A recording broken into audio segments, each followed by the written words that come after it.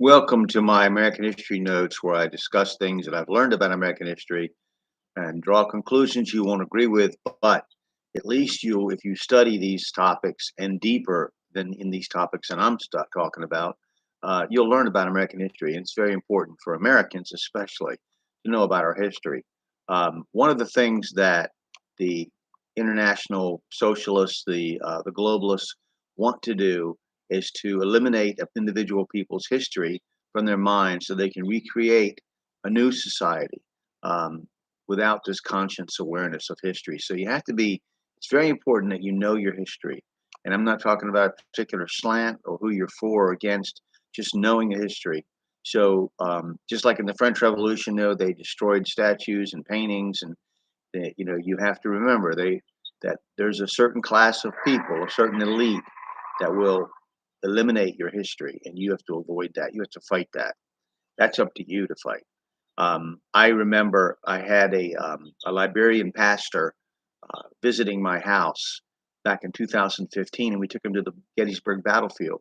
And he was really, really overwhelmed because they had two civil wars in their country, and he was worried that the the young people wouldn't know about them, wouldn't have any understanding of what happened, whereas we have memorialized our tragedies in the parks and things that people could come to and reflect and learn. And he was impressed by that. And it just really stuck out of my mind that somebody from another country who had suffered two civil wars, that was just, overwhelmed by the fact that he was afraid that his country was going to forget their suffering. So let's continue now. We're going to discuss the Federal Bureau of Investigation after I get my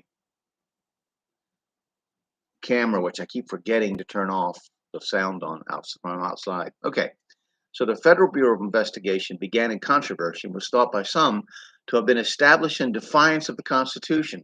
And before it was established, it is true that the federal government expected local law enforcement agencies to handle problems in their jurisdiction. Excuse me. But as our country grew and interstate commerce and communications rapidly advanced, it became accepted that we needed a federal investigative service. Under President Teddy Roosevelt, who revolutionized the federal government in his time, the Federal Bureau of Investigation was formed as a force of special agents within the Department of Justice in 1908. It actually began as a result of a territorial squabble, and from the FBI's own website, we have by 1907, the Department of Justice most frequently called upon Secret Service operatives to conduct investigations. These men were well trained, dedicated, and expensive. Moreover, they reported not to the Attorney General, but to the Chief of the Secret Service. This situation frustrated Attorney General Bonaparte, who wanted complete control of investigations under his jurisdiction. Congress provided an impetus for Bonaparte to acquire his own force.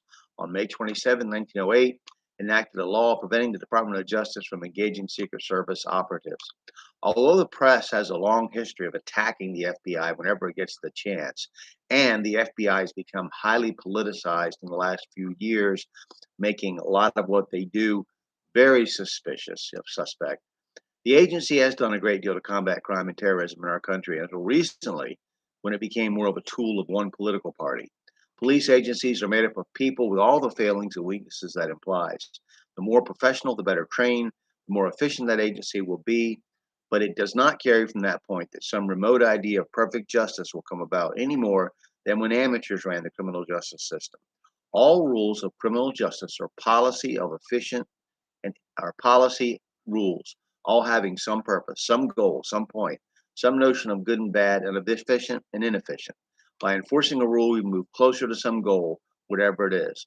The penal code, misdemeanors and felonies, is not a random collection of rules, but more a catalog of values, policies, and ideals about property rights, the sanctity of life, morality, and orderly behavior, among other things.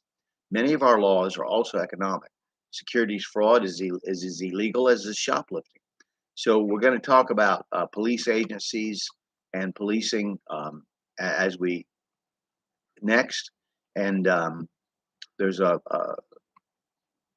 some things that I'm going to say that you won't agree with, and I hope that you'll understand that it's really incumbent on you to have your own opinion and to study American history so you can express yourself and what you believe. Thank you.